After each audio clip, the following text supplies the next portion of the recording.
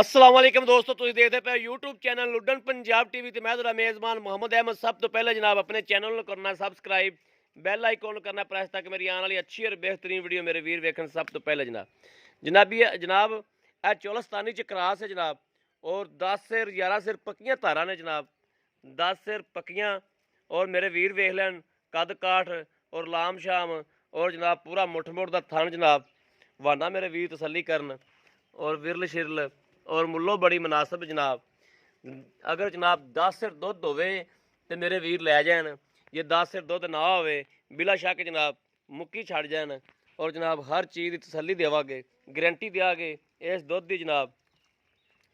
और 9 सिर पक्के की गारंटी देंगे, पूरा 9 सिर दुध दोवां टाइमां दा जनाब तसल्ली देवांगे। वह बच्चा है जनाब मगर यह मेरे वीर कर लैन तसल्ली आपदी। बाकी जनाब नसीब की गल है, लैना देना नसीबां दा। दूसरा वारा सूई है, रंग रूप मेरे वीरां दे सामने आ। मड़ा छड़ के टोरी छड़ के जनाब टोरा फेरा विखाने वीरां नूं तसल्ली कराने। अगर मेरे किसी वीर भरा दे दिल लग जाए जनाब राबता कर सकता है। मुल्लो बड़ी मुनासिब जनाब, मुल्लो बड़ी रैत। ए मेरे वीर वेखन जनाब, टोरा फेरा वेखन, हर चीज़ वेखन, लैने देनी बाद दी नसीबां दी गल है। लै आओ चाचा जी, वापस लै आओ।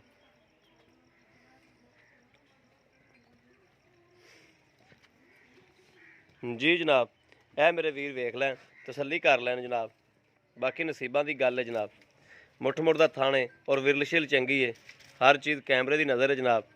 और बन दिओ यह जनाब मगर बच्चा है 20 दिनों का या 22 दिनों की जनाब या 25 दिनों की यह सूई हुई है।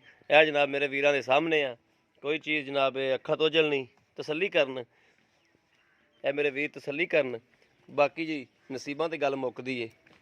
थन वाना जनाब, ये जट जिमीदार बंदा है जिन्हें को खलोती जनाब।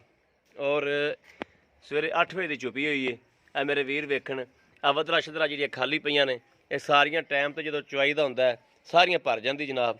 जी बुजुर्गो अस्सलाम वालेकुम जी। वालेकुम सलाम जी। जी बुजुर्गो किन्ना क दुध पक्का जड़ा चुआ देना? पक्का 10 है। 10 सिर दोवां टाइमां दा, 5 सिर टाइम दा। इंशाअल्लाह ठीक हो गया।